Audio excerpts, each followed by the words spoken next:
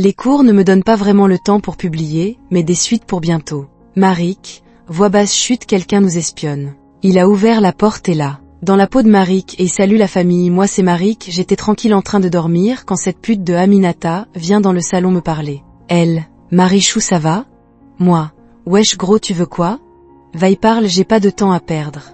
Elle, c'est bon calme-toi je viens en paix, et ce que je veux nous arranger tous les deux. Moi, tu as intérêt sinon je te mets une bonne claque. Elle, voir si tu ne manques de rien Marichou. Moi, ça là? Juste pour ça?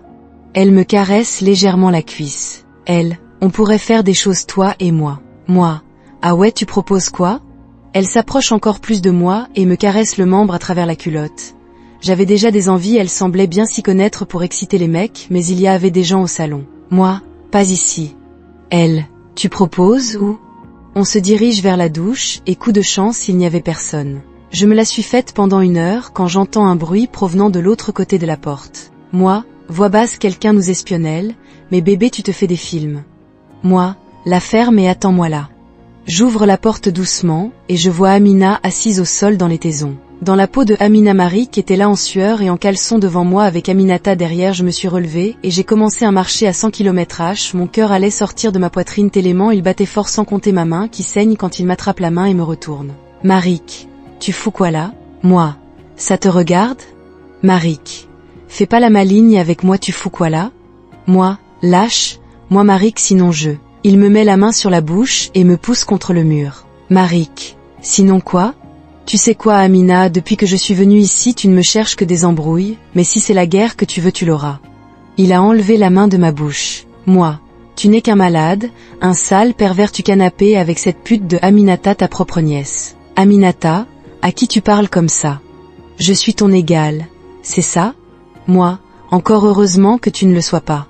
Aminata, Marik fait la terre. Marik, ferme-la Aminata, laisse-moi m'en charger. Aminata, tu as intérêt à le faire ou je le ferai moi-même. Moi, et tu penses qu'il va faire cul. Il me met un coup de poing au ventre et met sa main sur ma bouche pour m'empêcher de crier.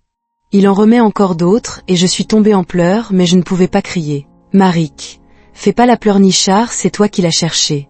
Moi, Marik, tu ne dis rien ou ce sera pire. Il me laisse et part avec Aminata chacun de son côté. Je me suis levée doucement parce que j'avais mal aux côtes, je suis partie à la douche essayer de désinfecter la plaie, et je suis retournée dormir. Demain 8h30, je me réveille, personne n'était plus sur le lit, j'étais la dernière à me lever, je fais mon lit, et je prends ma serviette pour prendre ma douche quand je vois les filles en train de faire la queue devant la porte. Moi, qui est à l'intérieur? Elena, la grande. C'est Shana, elle vient d'arriver. Moi, et elle est dans la douche depuis quelle heure?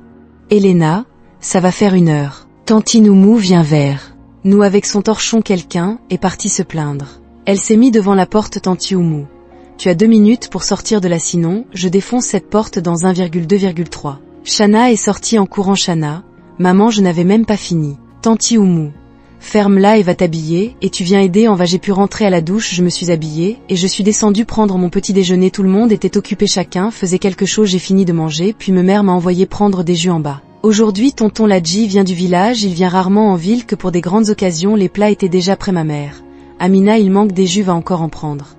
Moi, mais j'en ai déjà pris. Ma mère, il y aura plus de monde que prévu, va en acheter et je traîne pas comprendre? Moi, d'accord. Je suis redescendue dans la cité, mais le magasin était fermé, ils sont partis à la mosquée. J'ai dû aller plus loin en chercher. Le trajet m'a pris 1 demi-heure, le magasin était vraiment loin. Je suis déjà dans la cité, il y avait plein de voitures garées devant la maison. Je rentre, et je me dirige directement vers la cuisine quand je vois ma mère et des gens au salon. Ma mère, enfin je t'ai dit de ne pas entraîneur. Moi, j'ai dû aller plus longe. Ma mère, va vite te changer, ton oncle veut te voir. Moi, je vois? Cette phrase a éveillé ma curiosité. Tonton Ladji et moi on ne se parle presque jamais, quand il vient il ne met pas beaucoup de temps chez nous et il ne me parle que pour me donner des ordres ou me demander de faire quelque chose. Ma mère, ne pose pas de questions, va vite te changer. Je suis montée dans la chambre, j'ai mis une longue robe en pagne africain, et je suis descendue avec mes sandales au salon. Il y avait énormément de gens au salon des vieux, avec une femme et un jeune homme au milieu. Moi, oui tonton, tu as demandé à me voir? Pour la première fois de ma vie, il m'a souri. Tonton Ladji. Ah ma fille, te voilà, viens t'asseoir ici. J'ai voulu m'asseoir un peu plus loin quand il me montre un siège entre une femme et un homme et le jeune homme de mon âge. Tonton Ladji, ah nous pouvons commencer. Monsieur 1, Comme je vous le dis depuis peu, je suis heureux que ce jour arrive enfin. Nous sommes ici réunis devant vous pour l'union de nos enfants. Tonton l'a dit. Nous sommes d'accord pour cette union, et ma fille ici présente n'y verra aucun inconvénient. Il me regarde et m'attrape la main pour la coller à la main du jeune homme. Tonton l'a dit. Ma fille Ben Khalifa ici présent et sa femme sont venus avec son fils pour demander ta main. J'ai retiré ma main, moi. De quoi parlons-nous? Quel mariage? Quelle ou? Il s'est mis à crier sur moi. Tonton l'a dit. Cesse d'interrompre les grandes personnes et écoute quand on te parle. Monsieur Ben Khalifa, est-ce qu'elle refuse notre proposition? Tonton Ladji m'a mal regardé. Tonton Ladji.